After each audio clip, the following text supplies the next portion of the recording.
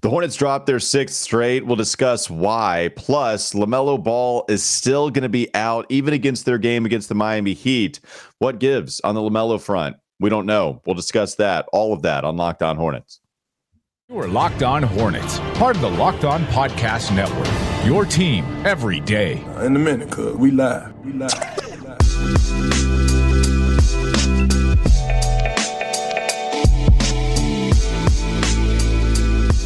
It's Locked On Hornets, a part of the Locked On Podcast Network. It's your team every day. Thanks for making us your first listen. We're free. We're available anywhere you get your podcast. That includes YouTube. I'm on Twitter at Walker Mail. Doug is on Twitter at Doug Branson LOH. You can also go check his work out at everyhornetsboxscore.com. Subscribe at everyhornetsboxscore.com to support his work there. And we won't find any information about LaMelo's injury, because we don't have any information. And yet the Hornets offensively, they've been struggling. It's hurting your eyes, Doug. Are you massaging your eyes because the offense hurts it so bad? Okay. Yes. No, I am. I'm trying to make sure that the Hornets don't continue to physically harm my eyes. I'm getting wrinkles. It's been hard to watch. You sound tired. It's late. It is late. It's later for me here, Eastern time. You do sound tired. You made some coffee though, and yet I did. I've had several in the tiny cup too. I've had several espressos because I had to, when you're making coffee, it's 9:30 Central, 10:30 Eastern. When you're making coffee this late, you got to go straight to the dome with the hard stuff, and that's the strong Italian coffee. But that's what honestly, that's what this offense needs right now. They need a couple of strong Italian coffees. Because they need to go straight to the rim with the hard stuff. I believe that is one of they're going straight to the rim. They're just not completing the offense. I mean, it's really hard to watch how many times they missed at the rim in this game and throughout this whole streak. They've really struggled at the rim. Second straight season that they've just been atrocious at the rim. And it's getting harder and harder to watch, and the losses are piling up, and the season is quickly slipping away. I mean, it's not hyperbole, Walker, to say that the Hornets right now sport the worst offense in the NBA. Yeah, I don't know where they rank after this game, but if you look at their point differential, well, one, here's something that's not hyperbole. The Charlotte Hornets are the worst team in the Eastern Conference. That's literal. They are 3-9. They are now behind the Orlando Magic, behind Detroit, Miami, and Brooklyn. All of those teams are outside looking in, and in the standings, the Charlotte Hornets are the worst team in the Eastern Conference. The only teams that are worse than them in the NBA, it's the LA Lakers at 2-8, and it's the Houston Rockets at 2-10. What an interesting NBA we have when Utah is 10-3. And some of these Eastern Conference teams have been performing well too. All right, let's get to it. We're going to get to the LaMelo Ball non-news, but kind of news. Steve Clifford did say that he was not going to play tomorrow night against the Miami Heat. Neither was Gordon Hayward or Cody Martin. So we know that they're not going to play. That is some information that we got from Steve right after this game during post-game availability after the Trailblazers lost. So let's dive into this game first, and then we'll kind of focus on some of the injury stuff here, Doug.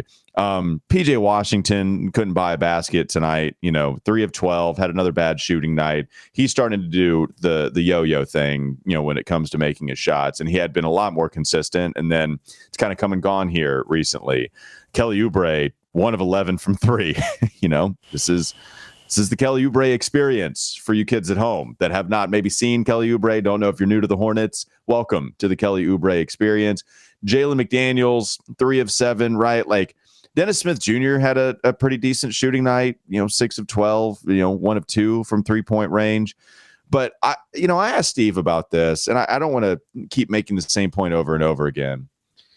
The half-court offense, it's absolutely terrible. I mean, we all know that. Everybody's it's not. Is the worst. Like their performance tonight was one of the worst half-court performances in the NBA this season. Now, they scored 95, right? But that was because of Dennis Smith Jr. getting 4 steals and getting out into transition, and they had 10 total steals in this game, so they were getting into transition to get some easy buckets. Offensive rebounding, too, 20 offensive rebounds, 18 points off those offensive rebounds, probably needed a few more there. But that's why they scored 95. If they didn't do that, if they didn't hustle on D and hustle on the offensive boards, they would have scored 70 in this game. Well, Steve Clifford was not happy with their transition defense. He thought that really hurt them tonight, and just giving up points. And he continued to say it's not anything to do with talent. It's all about lack of effort, and they're just not getting back on defense in transition again. And that was a real problem for them last year. This is a reoccurring problem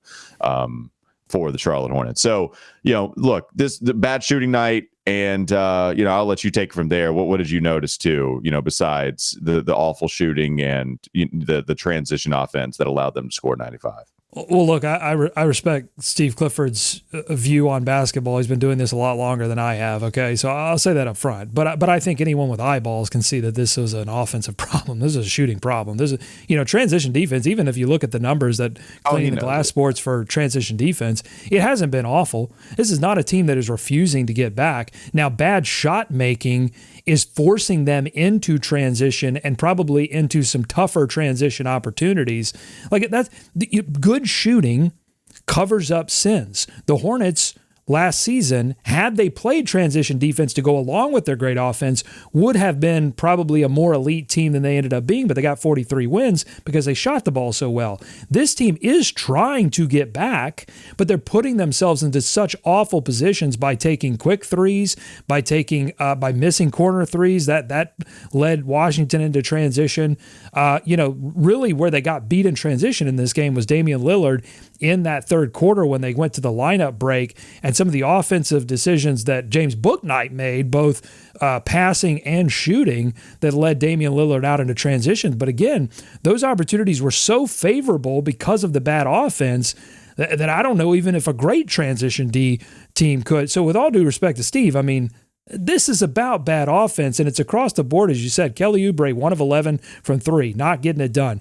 PJ Washington, respect the hustle. Kelly Oubre, too, had 8 rebounds in this game, 3 assists, doing some other things, but they need him to hit shots. PJ Washington, 1 of 6. Terry Rozier was 1 of 7 in the fourth quarter. Steve mentioned it. You're not going to win many games shooting, get 16 points in the fourth quarter. That's Terry Rozier, 1 of 7. He's supposed to be a certified gamer. He is failing right now. That's just bottom line. He's failing right now. It's tough. It's tough to watch. It's disappointing.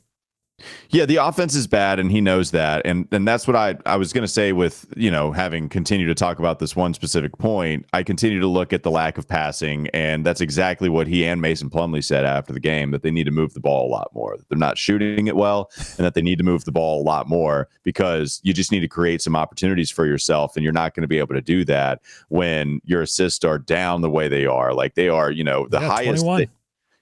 The highest they've recorded since Gordon Hayward went out in the second half against Chicago was 27.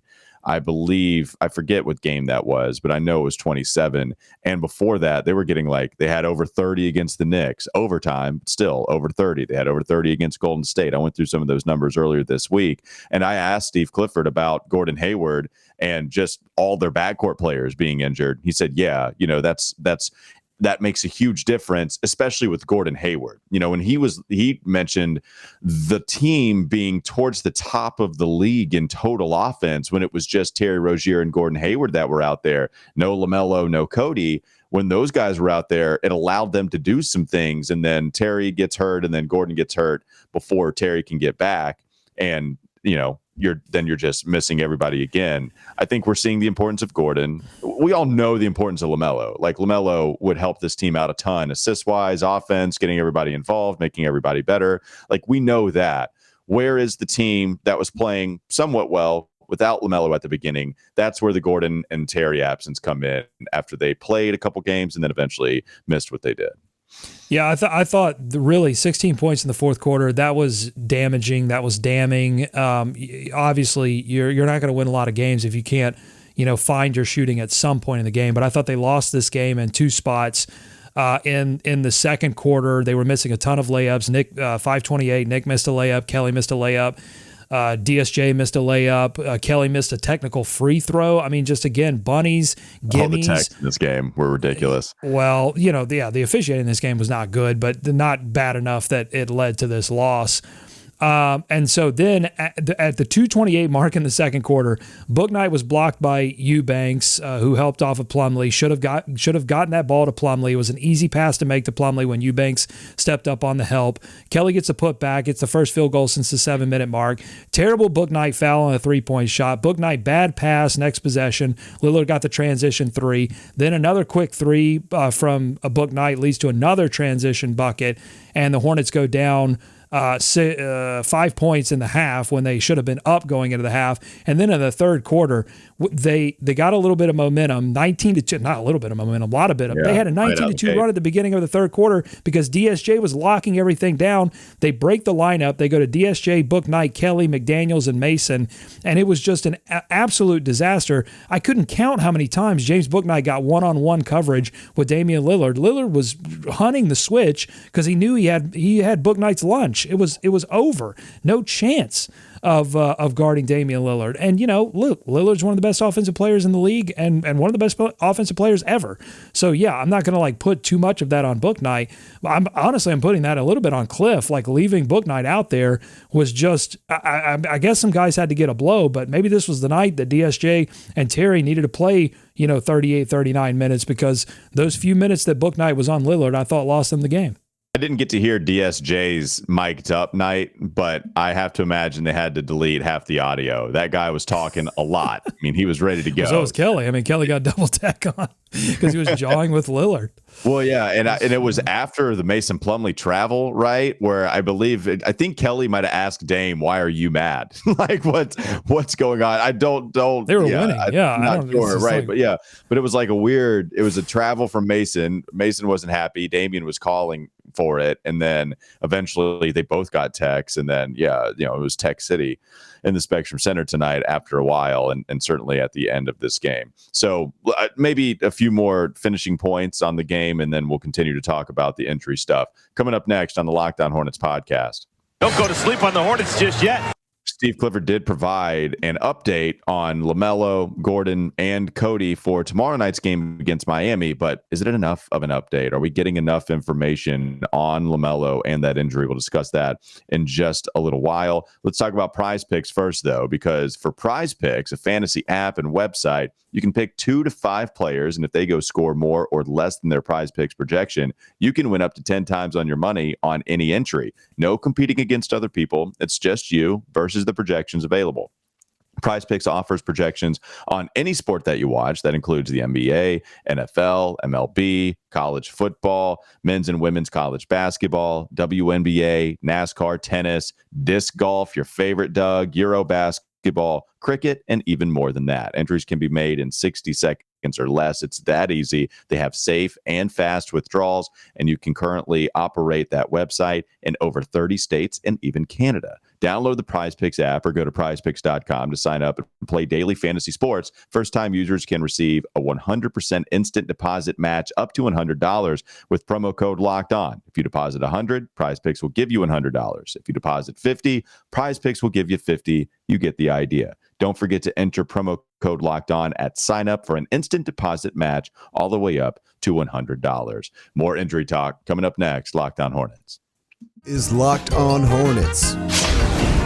But I have seen him go all the way up to number 10. That was. Is there a warning? Do we need to get out of here? Okay, here's the thing. I don't know if you heard, but my watch went off, and I was trying to silence it, and then I accidentally hit ping the phone, and then the phone pinged, and now here we are. I'm doing my best, man. It seems like you're doing your very worst. Well, sometimes it seems like I'm actively fighting you today to move. Sometimes my best is my worst. It's time for more of the Locked On Hornets podcast.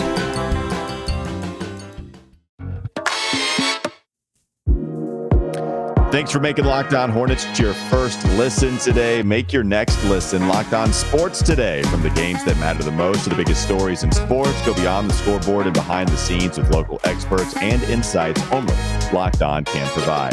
Was that bump foreshadowing, Doug? that you were making things worse, that you were actively trying to make the show worse, and or that I would have to play, that you were actually playing defense against me. Is that going to happen? No, you know where I'm going with this, because I know the spicy dog that is about to come out with this injury, and you like to foreshadow these things. You're very good. It's why you're a great producer. You usually go with the theme. The bumps match something if you can connect them somehow. I feel like that bump was played on purpose. Well, I'm just going to say this before we start to talk about injuries for the 900th time in this very short period of the regular season that we have experienced so far. I am going to take my last shot of coffee. Here we go. Yeah, you're holding on to that. Oh, boy, that is a strong Italian coffee. I don't even know if that's getting swiggy with it. That's something stronger than that. Okay. My mouth out. All right. So Steve Reed of the AP asked Steve Clifford in post-game availability. This is Steve Reed asking Steve Clifford. It's unfortunate for the storytelling that they both have the first name. He asked Steve Clifford, hey. He asked Clifford. Steve R. asked Steve C. Yep, that's correct. Hey, do you have any timetable? Do you know at all about LaMelo and when he would return? And Steve, leaned back in his chair. That's a classic Clifford mood, by the way. Leans back in his chair and is saying, look, I don't know. I mean, he said, I get asked on the street all the time. Like, people are stopping me to ask, when is LaMelo coming back? All right, hold on. Let's pause there. There. Charlotteans. If Clifford's trying to get like a breakfast burrito, man, maybe not. Let's not ask him then what LaMelo's status is. You're just not. It's not going to have a good time. Maybe. Like, he's got. By the way, he's got enough to do. Have you seen this offense? Like, this man has enough to. He has to talk about me. It hurting my eyes. I mean, he's closer than anyone to what's going on here. It's his bleep on the line. Let's maybe leave him alone on the streets of Charlotte. Come on. So and maybe not all the time, but he did say that he was stopped on the streets, getting asked these questions. And look, he's saying he said something to the tune of, and I tweeted this out. So let me try to find this on my profile real quick. So he said that they won't play tomorrow against the Heat. They're doing everything they can to return, saying they're staying at the gym at night, getting treatment. They're involved in practices, but they're not going through full basketball activities right now. And then he said the word you can't say to Charlotte Hornets fans right now. He said they're getting closer. And then he was asked, is it day to day? Is it week to week? And he said, I think it's fair to say that they're day to day. He looks at Mike Cristaldi, a part of the PR staff, and Mike's like, yeah, and Steve said, yeah, I mean, it's day to day. So that's where we are. Doug, it's not a lot of information to go off of, and fans are pretty frustrated that LaMelo Ball is not back. And here the Charlotte Hornets are now, having lost 9 games, 6 in a row. And they're dead last at 3-9 in the Eastern Conference standings, still with LaMelo having not logged 1 second of this year. What do you make of this LaMelo Ball injury situation? Hornets fans are frustrated because LaMelo Ball's not back. It's obvious that this team is drowning without him. It's obvious that he would help them in all of the areas that they are struggling with right now. 3-point shoot. I mean, it's all offense. It's 3-point shooting. It's, playmaking, all the things that they need right now. It would help the fact that they keep having to go to James Bouknight and Teo Maledon, who played well at the beginning of the season, but is struggling. I mean, he was passing up open looks. Like, I can't deal with either of those cats for that many minutes. And so, he would solve so many of those issues. They're frustrated that he's out and that we don't really have solid information as to why it's taking so long. If there is great information about why it is, or timetables or normal timetables, we're just not getting that communicated, I think, effectively enough. But honestly, I think you could put "they're getting closer" on a billboard on Brookshire, because that's the motto of this team this season. The injuries have been the biggest story. They're getting closer is like the only thing that people will say. And I think it's frustrating. I think it's resulting in weird, like, conspiracy theories, both about the organization. Are they tanking for Wembanyama? Is holding out these guys for extent? Like, Cody Martin is having the quad soreness that's kept him out this long as well. Like, what's going on there? We're seeing him on the sideline. We're seeing him shoot around. We're seeing him do things at practice, but they don't. We don't really get solid updates. That's the problem. And there's other, and then people are saying like stuff like, "Oh, street closed LaMelo." Like you're seeing that being replied in these tweets, and it's like, why are they allowing these narratives to create themselves? Why is LaMelo honestly allowing those narratives to create themselves? I think these are all fair questions because we're not getting any information, and it's frustrating. Yeah, it is frustrating. I think with Steve Clifford saying that, watch if you watch this press conference, I was there getting to see it. Do you think he knows? I think that's what people want to know. Like, do you think he legitimately knows what's going on with LaMelo's injury? That's what I was about to go to. I don't know. Like, here's what I'll say. I think Steve Clifford doesn't know when he's going to come back. Because Steve Clifford even told you he can only go by what his training staff tells him and even what LaMelo Ball tells him. So for Steve Clifford specifically, I don't think he's lying. I don't think he's withholding information that allows him to understand when he is going to come back. Maybe he's not being 100% truthful like any coach or anybody with an organization would be with somebody's medical history, injury at that point, whatever. But I genuinely believe Steve Clifford when, he's got his palms up and because he's frustrated by the questions too. Like, we have to put ourselves in his shoes. You just said it, watching this bleep as you put it on the floor. He doesn't want to watch this either. Like, he wants LaMelo Ball to be back and helping this basketball team. Steve Clifford wants LaMelo out there 100%. I don't think that he knows anything that he's holding away from us. And that begs the question, though, right? Like, let's just say Steve Clifford doesn't know when he's going to come back, that the training staff continues to tell him, hey, he's just not ready to give it a go today. Maybe he has to do this and that. Maybe that is the lack of clarity that we're, frustrated about. What is this and that? What does he need to do? But why doesn't Steve Clifford know? Look, some of that gets lost in the frustration here to me. Like when people are really mad at LaMelo not returning and they want more information, I think that's fair. I sometimes have a hard time dwindling down what is the piece of information that we want. Do we want an update on the training regimen for LaMelo day by day? He went through this, he went through that. He's not available. He had a setback. Maybe he didn't have a setback. I'll leave it to you after that, as we continue to talk about this. But yeah, the Steve Clifford part about all of this for sure is something fans are asking. This is not about, I don't think this is about timetables. I don't think people are frustrated because because Steve Clifford or the organization or LaMelo Ball won't come out and say, yeah, I'm going to be back, because timetables are useless. It's really about the progress that you're making. And I really don't want to hear about like timetables. I am curious as to where he is in the process of rehab, if there are milestones that he has to hit in order for the training staff to feel comfortable with him playing.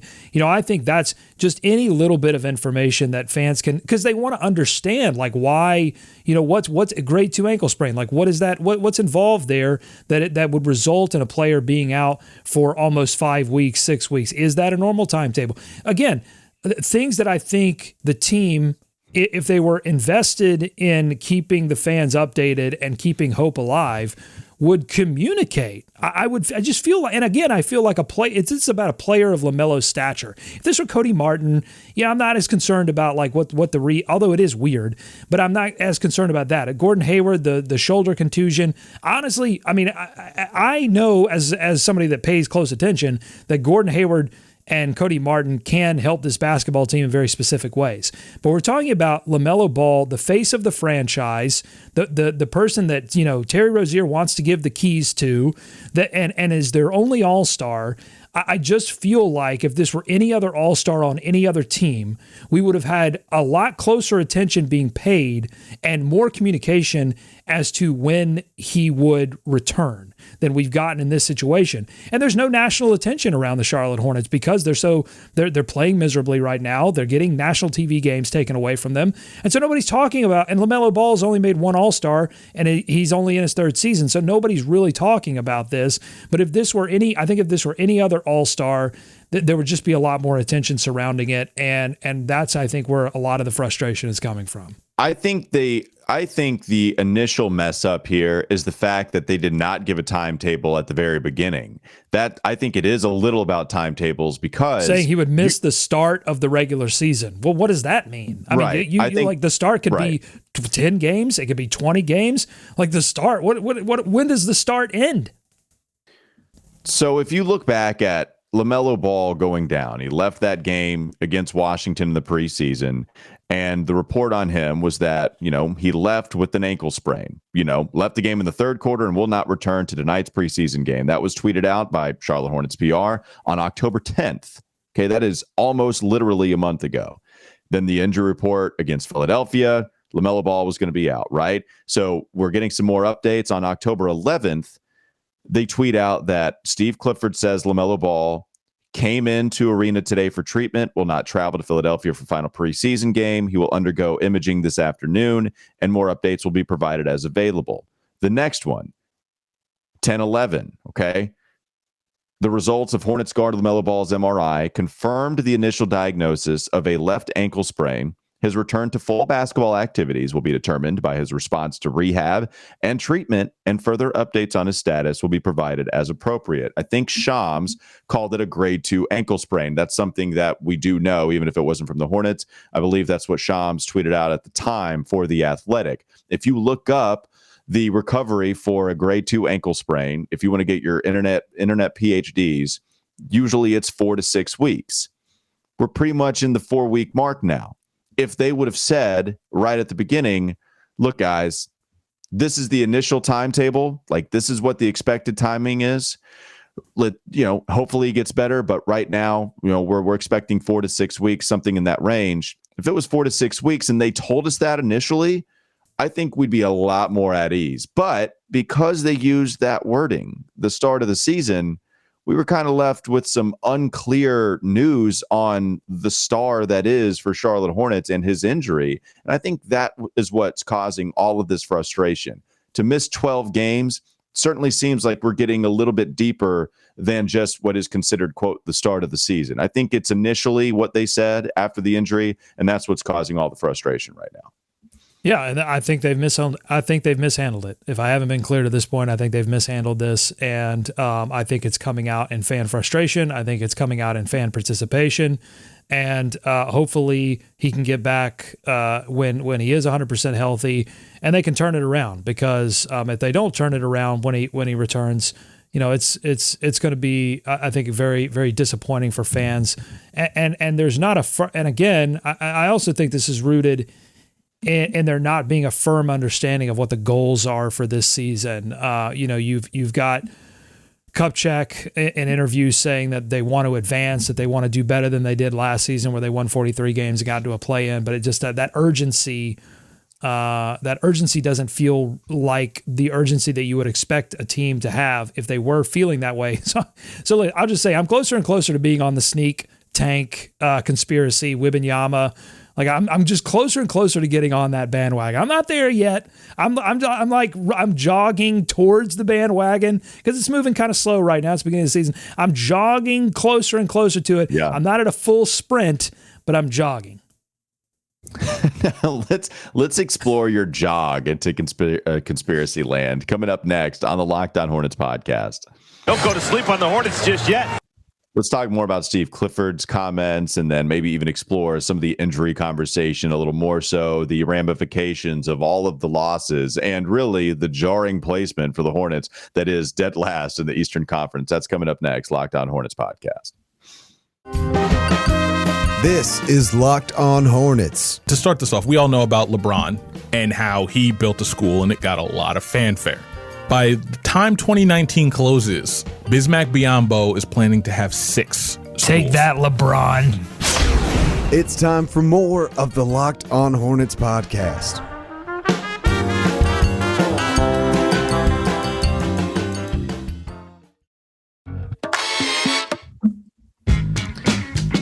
So, Doug, you were talking about Victor Wembanyama.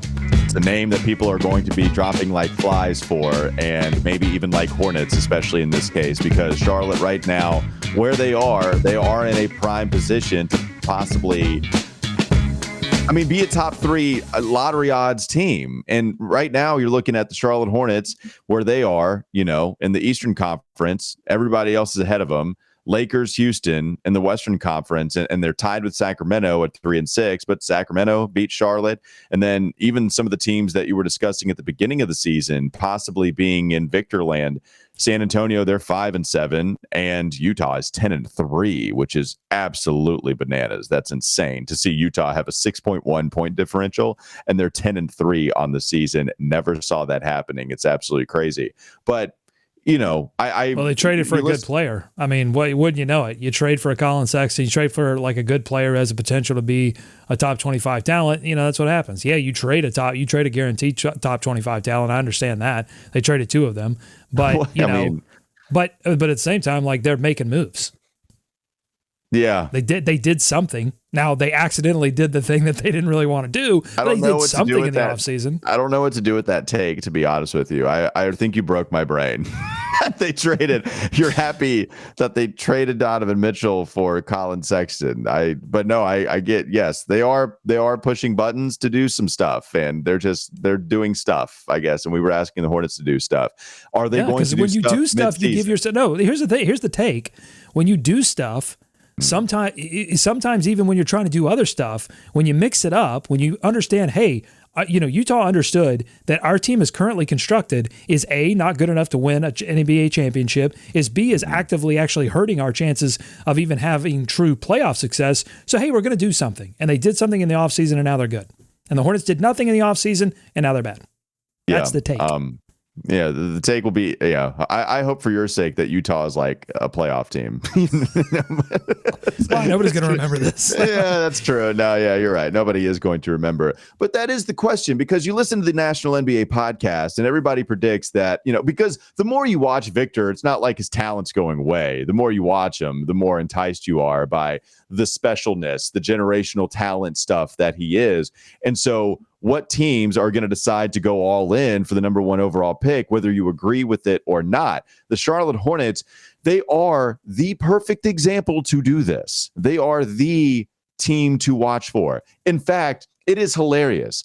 Anybody you listen to, the most popular podcast, Bill Simmons, Zach Lowe, any of the most popular national NBA pods that you're listening to, right?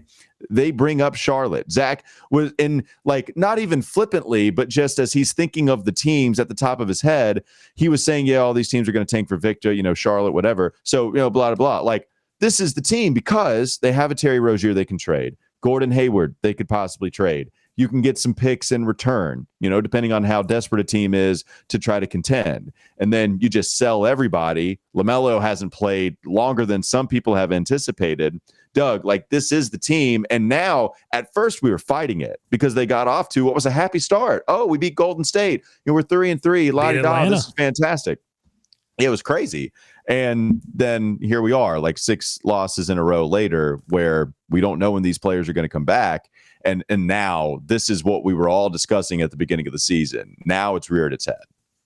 Well, the problem, and you hit the nail on the head with the Terry and Trey Gordon conversation, because the problem with viewing this particular team as it's currently constructed as a team that could actually be bad enough to compete for, and honestly, Wembanyama is miles ahead of Scoot, but honestly, Scoot could really, I think, change Absolutely. A franchise too. So, I think it's like a 28 or 29% chance of getting somebody who can turn your franchise around, not just a 14% chance or whatever it is. An overall deep draft. Overall, like, yes, yeah. Obviously, it would be devastating. It would, to tank and to not get Scoot or Victor. You would be frustrated as. You'd get a great player. You'd be frustrated as hell if you didn't get Victor, and then you'd be real happy, and you would talk yourself into Scoot. You would be in the acceptance stage of grief. And then if you don't get any of those two, then the third one, I don't know if you ever get to the acceptance. Maybe you probably do, but it takes a lot longer.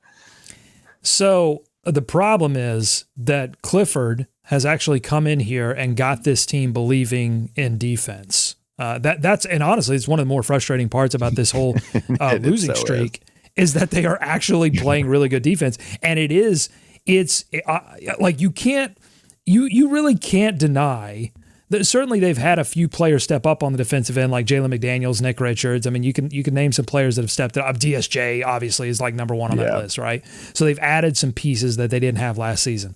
But at the same time, you look at the defensive game plan for this game that they just got done playing, and it was to, when they were getting down, it was to pay a lot of attention to Damian Lillard, but it was also to double up top on the Simons pick and rolls, and it worked. When PJ was on the floor, it worked, because PJ, when Simons would feed it down in the middle to Eubanks, PJ would come up and stop it. He gobbled up an alley-oop attempt, and he stopped a couple of those other attacks too. So he's doing it without going to the junk zone that we saw Borrego go to, which is not... It's not sustainable.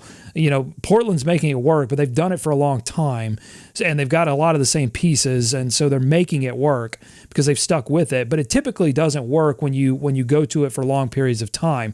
So Steve Clifford has got this team without going to those junk defenses, playing legitimately good defensive schemes and executing on those, and yet it's the offense that is terrible. So when you do get some of these offensive pieces back and you add Cody Martin, who can help you on the defensive end, then this team is not going to be bad enough to compete with Wembanyama. So they're going to have to actively make a decision that, hey, at some point, we've got to make a decision here on what direction the season is going.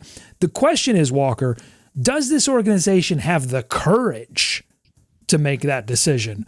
Or will they sort of walk the line again and end up with the 11th or 12th pick, which would be an absolute disaster? Yeah, and the real question too, I think it's a lot more fair now to ask, when everybody is back, how good this team can be, and I do think that they can be. They're running out. The problem is, Walker, they're running out of time, because you could have made that argument if you could have gotten everybody back sooner after 6-7 games. But now that you're putting yourself in this hole, they're going back out on the road to play Miami.